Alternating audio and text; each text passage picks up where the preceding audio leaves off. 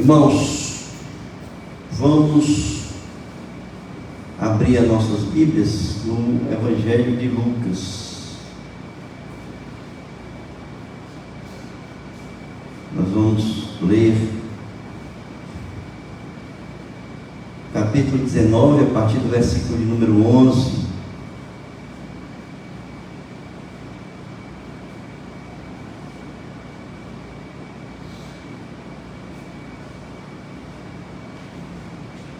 Lucas 19, a partir do versículo 11.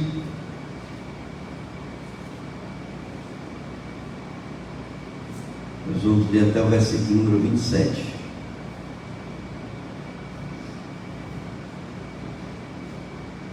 Diz assim: ouvindo eles estas coisas, Jesus contou uma parábola, visto estar perto de Jerusalém, e lhes parecer que o reino de Deus havia de manifestar-se imediatamente. Por isso, Jesus disse: certo homem nobre partiu para uma terra distante, a fim de tomar posse de um reino e voltar.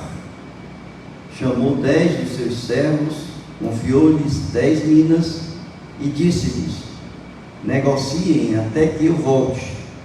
Mas os seus concidadãos o odiavam e enviaram após ele uma embaixada, dizendo: não queremos que este reine sobre nós.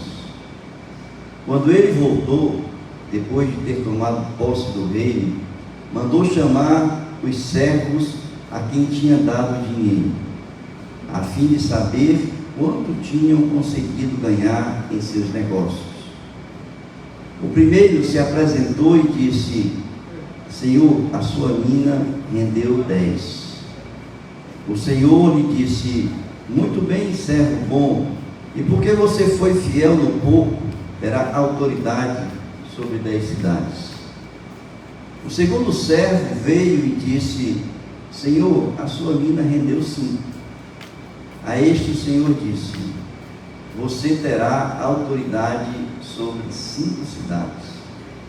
Então veio outro servo dizendo: Senhor, aqui está a sua mina, e eu guardei embrulhada num lenço, porque tive medo do Senhor, que é homem rigoroso. O Senhor retira o que não depositou e colhe o que não semeou.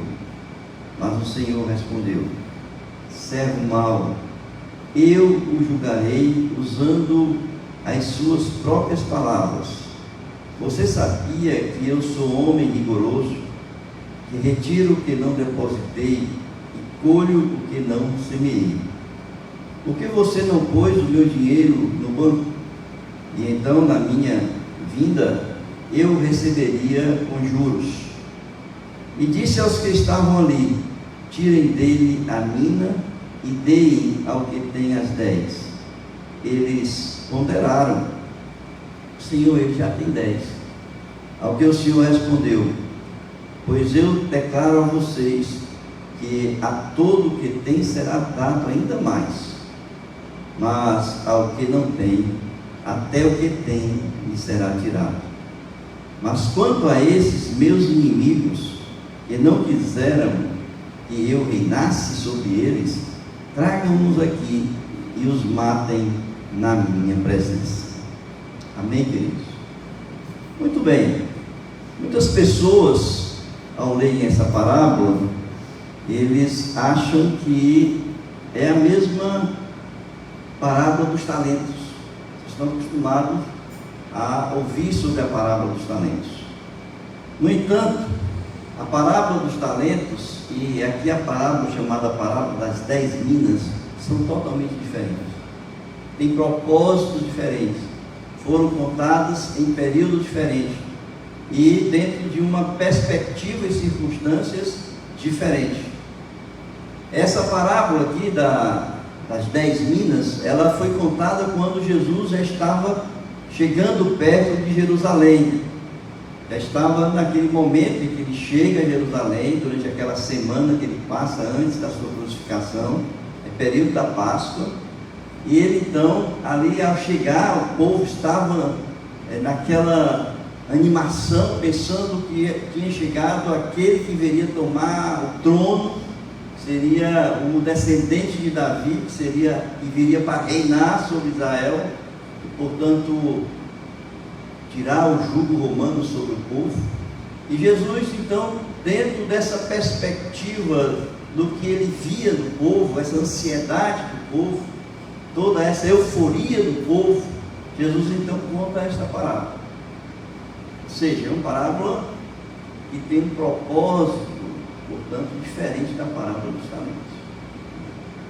E nós queremos pensar um pouco sobre esta parábola, exatamente para mostrar essa diferença que existe entre as parábolas e a parábola dos talentos. Vejam que quando ele conta, aqui tem algumas características que a gente já percebe bem diferentes daquela outra lá. Por exemplo, ele chama, tem 10 minas e ele chama 10 dos seus servos, e ele distribui uma mina para cada servo. Portanto, igualitariamente ele distribui as minas aos servos, bem diferente da parábola dos talentos, porque a parábola dos talentos, ali é dado os talentos de acordo com a capacidade de cada um. Vocês leiam e vocês percebam que existe essa diferença. Aqui não.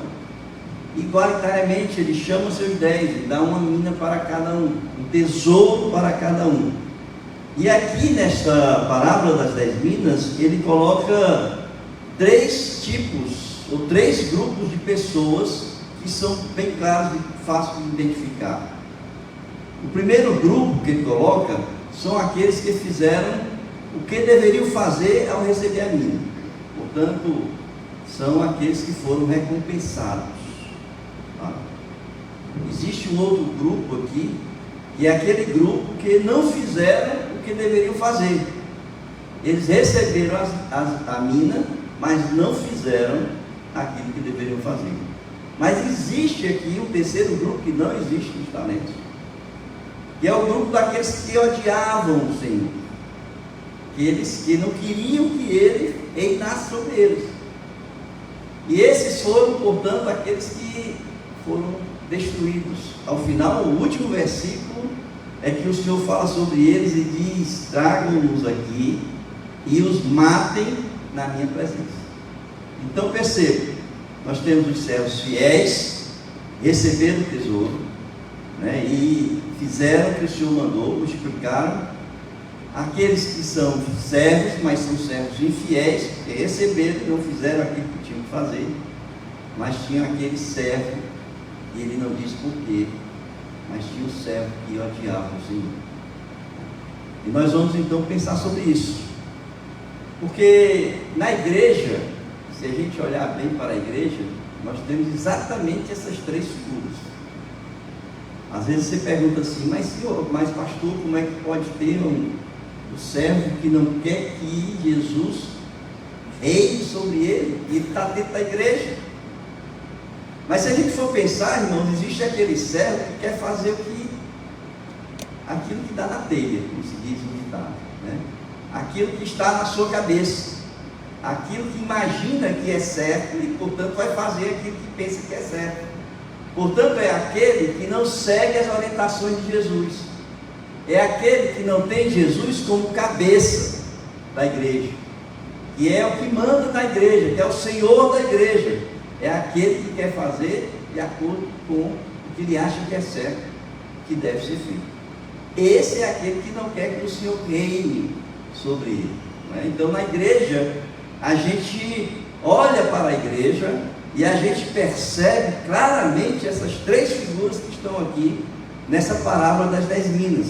Aquele que é fiel, aquele que é infiel, e aquele que é inimigo do Senhor, que Jesus chama aqui de inimigo do Senhor. Então, a parábola das 10 minas trata exatamente disso, essa expectativa. Aqui no caso, o contexto é de uma expectativa que Jesus vai tomar o reino, e acontece que ele distribui as minas. Nós vamos já falar um pouco sobre isso, né? E existe então aqueles que vão reproduzir, aqueles que não, escondem, e aqueles que não querem que Jesus reine sobre eles. Bom, eu quero pensar um pouco sobre isso com vocês, tá? E a primeira coisa que eu quero pensar é a viagem do nobre para receber o reino. Porque quem é esse nobre? Quem é esse homem nobre? Claro que é Jesus, né? Há aqui uma expectativa de que Jesus está chegando para tomar o reino, mas Jesus disse assim: olha, pessoal, não é bem assim, tá? Ainda tem um tempinho para isso acontecer. Eu vim primeiro para servir vocês. Eu não vim para ser servido, mas para servir vocês. Eu vim para salvar aqueles que estão perdidos. Eu vim para anunciar o evangelho da salvação. Esse período que aqui está é o período em que eu vim para servir aqueles que querem ser servidos por mim. Mas eu vou voltar para o Pai, não é isso? Eu vou voltar para o Pai ali durante esse período que eu estarei com o Pai, né? Eu estarei recebendo a coroa do reino para voltar a reinar a segunda vez. Então vejam, esse homem é Jesus, né, que é de nascimento nobre, e ele foi ficar à direita do Pai, ser coroado à direita do Pai. Ele está à direita do Pai para voltar e retornar, para instalar o reino de Deus aqui. Em Filipenses capítulo 2, versículo 9 a 11, diz assim: Deus o exaltou sobremaneira e lhe deu um nome que está acima de todo nome, para que ao nome de Jesus se dobre todo o joelho, nos céus, na terra, debaixo da terra, que toda língua confesse que Jesus Cristo é Senhor, para a glória de Deus Pai. Então ele foi exaltado pelo Pai, ali receber, né, ali toda a exaltação à direita do Pai, mas ele vai voltar para instalar o seu reino. Então ele é aquele que foi, mas deixou uma responsabilidade para os seus servos. Ele deixou um tesouro, ele deixou uma mina. E aí, irmãos, a gente tem que pensar que mina foi essa, né? Que tesouro foi esse que o Senhor deixou para nós? E eu digo que a primeira coisa que ele deixou foi o Evangelho. O Evangelho da salvação. O Evangelho que nos aproxima de Deus. O Evangelho que nos coloca de novo em comunhão com o Senhor. O Evangelho que quebra as nossas amarras do pecado, que nos liberta do inimigo. E que nós recebemos esse tesouro não para guardar para nós esse tesouro, mas nós usamos esse tesouro para nós e ao mesmo tempo nós multiplicamos através do alcance de pessoas que precisam ser alcançadas pelo Evangelho. A primeira coisa, o primeiro tesouro que eu penso, que eu imagino aqui, nessa distribuição do Senhor, quando Ele chama todos os seus servos e distribui de uma forma igualitária, porque todos nós recebemos na mesma quantidade, no mesmo teor do Evangelho, todas as pessoas receberam. Não há diferença. Quem faz a diferença ao receber o Evangelho somos nós. É aquilo que nós fazemos com o Evangelho, com esse tesouro que nós recebemos. O que você fez?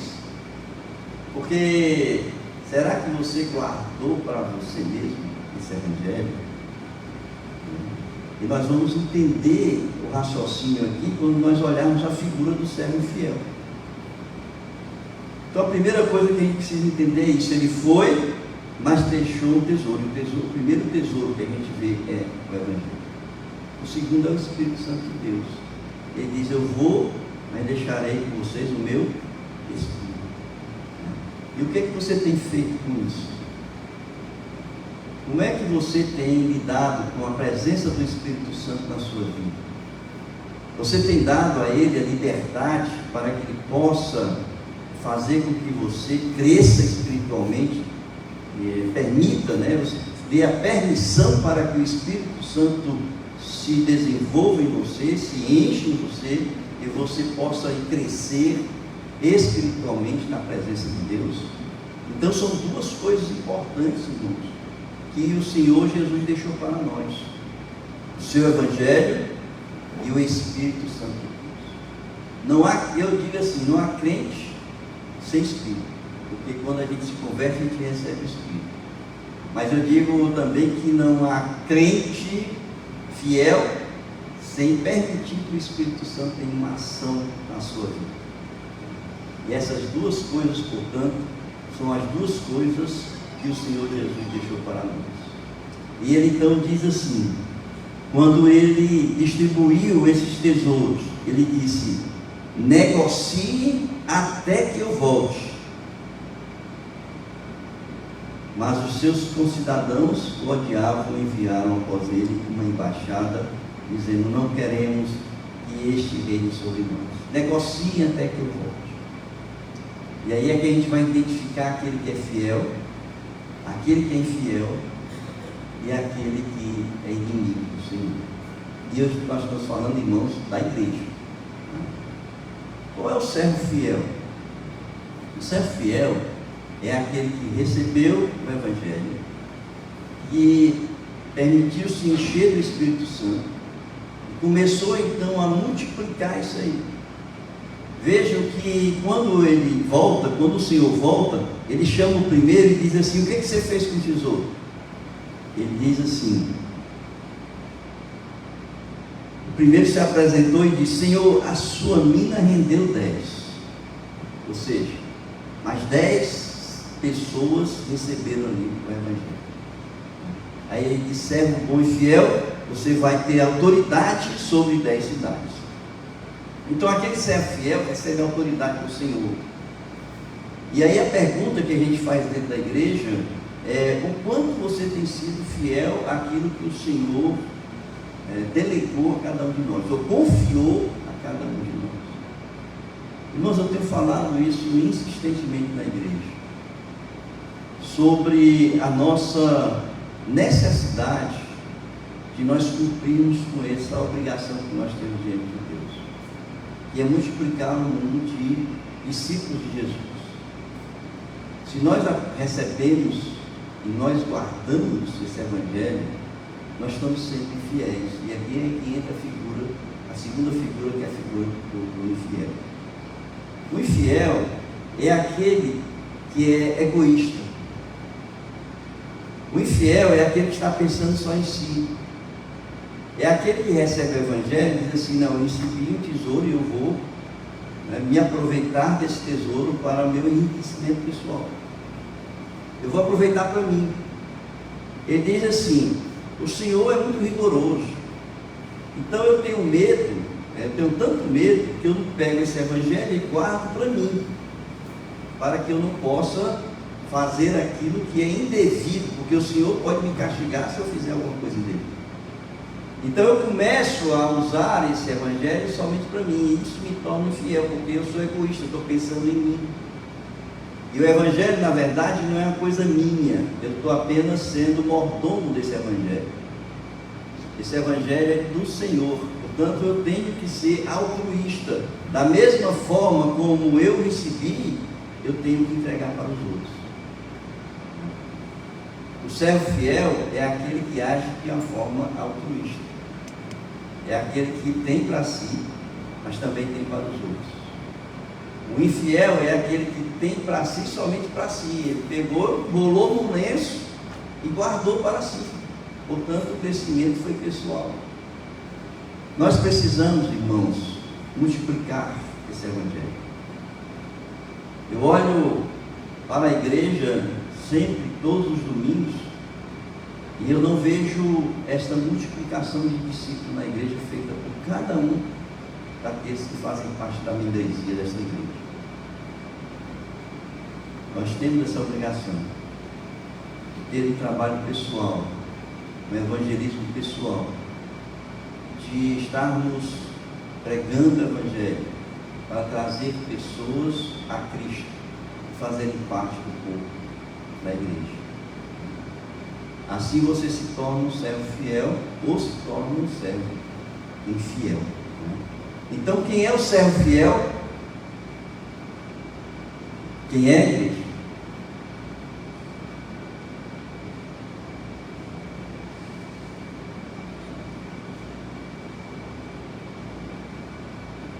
Estão mudos, né? Se tornaram mudos. Quem é o servo fiel, irmãos? Hein? Muito bem, meu irmão. Servo bom e fiel. Como o Senhor multiplicou 10, eu vou lhe dar 10 cidades para você ficar sob a autoridade dela. Muito bem.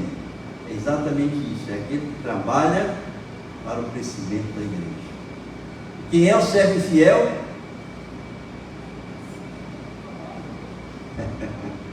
É aquele que não trabalha, né? Tem o que trabalha e é aquele que não trabalha.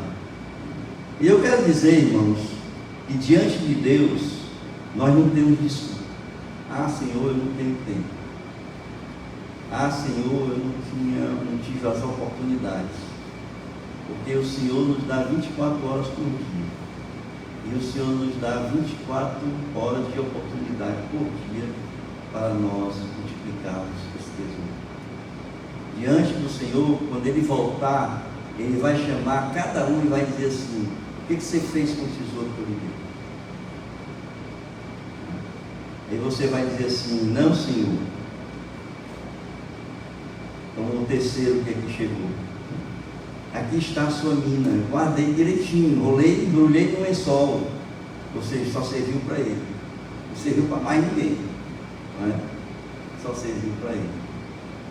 Será que é isso que você quer dizer para o Senhor quando Ele voltar e te chamar? O que você fez com o meu tesouro? Porque o Senhor vai dizer assim: servo mau, eu julgarei usando as suas próprias palavras. Você sabia que eu sou homem rigoroso, e retiro o que não depositei, e colho o que não semeei? Por que você não pôs o meu dinheiro no banco, e então na minha vinda eu receberia com juros? Ou seja, se você não tem tempo, se você não pode fazer, então investe em alguém que pode. É por isso que a gente investe em missões. Por que a gente investe em missões? Porque eu não posso estar no Japão pregando o Evangelho. É isso. Por que eu invisto em missões? Porque eu não posso estar na Bahia, em Salvador, porque eu não posso estar no interior do Ceará pregando o Evangelho. Por que eu invisto em missões? Porque muitas vezes, como eu trabalho, eu estou ocupado durante muito tempo, eu tenho que dar conta da minha família, eu chego em casa já não tenho mais tempo para fazer isso. Então está certo. Então por que você não colocou no banco? Para que quando eu chegasse eu recebesse o rendimento daquilo que você depósito. Então o que a gente faz, irmãos, quando a gente não tem, quando a gente não pode, isso não é desculpa para o Senhor. Mas quando a gente não pode, a gente investe em quem pode. Quem pode ir no meu lugar? Quem são as pessoas que serão as minhas pernas, meus braços, meus olhos, a minha boca? Quem são essas pessoas? Eu vou investir nelas. Então eu vou contribuir com a igreja do Senhor, para que o Senhor possa levantar pessoas que possam fazer isso no seu lugar, no meu lugar, quando eu não puder. Esse permaneceria fiel se fizesse isso, e não receberia o castigo que o Senhor deu. Porque qual foi o castigo? E tirou tudo aquilo que deu para ele. E até o que tem será tirado. Então nós precisamos despertar, irmãos, para essa questão que o Senhor coloca diante de nós. E aí a gente olha essa segunda figura, a terceira figura, que é a figura daquele que é inimigo do Senhor, que é algo que é muito comum na igreja, né? A gente quer fazer as coisas da melhor forma possível para o Senhor, eu sei disso, mas o nosso coração não está em Deus. o nosso coração está em nós. Quando nós queremos aparecer na igreja, quando nós queremos ser aquele que está em evidência na igreja, é isso? Nós queremos ser aquela pessoa, bem relacionada na igreja, onde todo mundo diz: é fulano, é fulano, é fulano. Essa pessoa é inimiga do Senhor.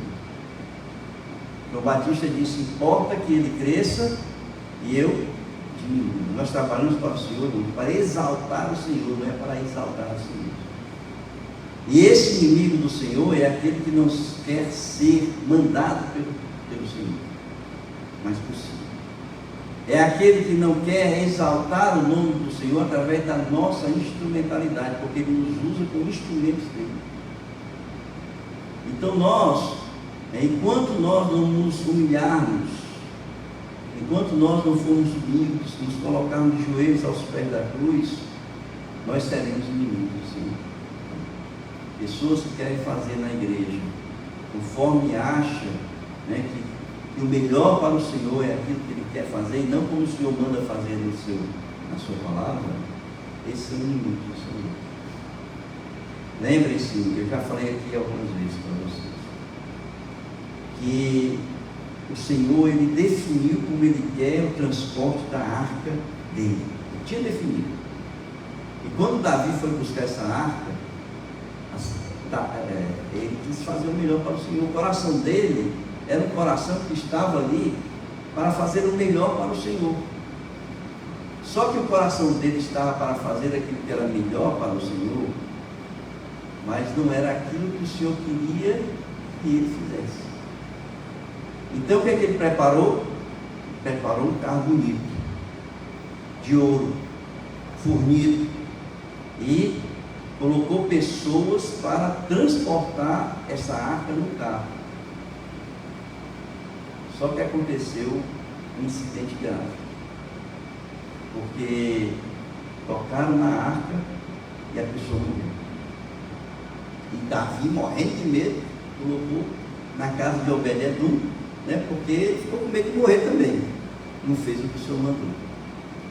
Às vezes, irmãos, nós queremos fazer o melhor para o Senhor, mas o nosso coração não está conseguindo. Nós enfeitamos a igreja, nós pintamos a parede toda de preto, enchemos de luz colorida aqui, igual uma boate. Está bonito, O Senhor vai gostar. Às vezes, irmãos, o louvor da igreja, meu irmão, está todo mundo pulando, gritando, de mão levantada, louvando ao Senhor, mas o Espírito Santo não está ali. O Senhor não está ali. Há um vazio de Deus na igreja. Muitas vezes a igreja se levanta no louvor e você sai da igreja, o louvor foi muito bonito, o louvor foi perfeito, a igreja estava linda, a palavra foi maravilhosa, mas Deus não estava ali. Deus não estava naquele louvor, Deus não estava na palavra, Deus não estava nos enfeites da igreja, Deus não estava nas luzes da igreja, Deus não estava no coração do povo da igreja. Vazio de Deus. Esse vazio de Deus são os inimigos de Deus. São aquelas pessoas que sentam na igreja, mas não se ajoelham aos pés da cruz. Então são três grupos de servos. O servo que é fiel é aquele que trabalha para o crescimento da igreja.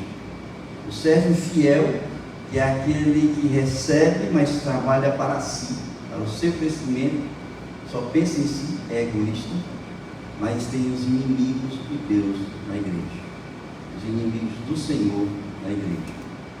E esses aí é aqueles que conduzem a igreja sem se ajoelhar aos pés da cruz, sem seguir a orientação e a direção de Deus, sem estarem cheios do Espírito Santo, com os corações vazios.